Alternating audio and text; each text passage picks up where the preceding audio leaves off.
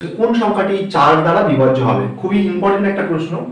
অপশনে দিয়েছে option A 2753, option B 3210, option C 7548, option D 7215।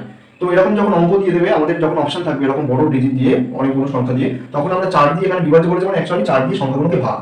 তো আমরা কখনোই 4 দিয়ে এই সংখ্যাগুলোকে ভাগ করতে যাব না। যদি ভাগ করতে যাই আমাদের অনেকটা সময় নষ্ট হবে। তাই আমরা কি করব, কখনো আমরা ভাগ করব না।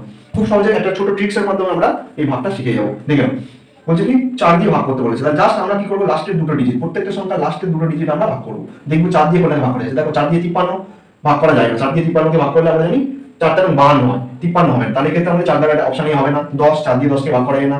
অপশন সি, সি দেখব 4 12 48, 48। তাহলে আমরা যদি 48 কে 4 দিয়ে ভাগ করি তাহলে 4 12 আমাদের জানি আমরা 48 হবে। তাহলে এই ক্ষেত্রে আমাদের অপশন সি হচ্ছে রাইট অ্যান্সার। ভিডিওটি ভালো লাগলে ভিডিওটিকে একটি লাইক করে দাও এবং সরকারি চাকরির সম্পূর্ণ ফ্রিতে প্রস্তুতি নিতে এই শিক্ষার ডায়েরি উইথ সুপ্র চ্যানেলের সাথে এখনই যুক্ত হয়ে যাও।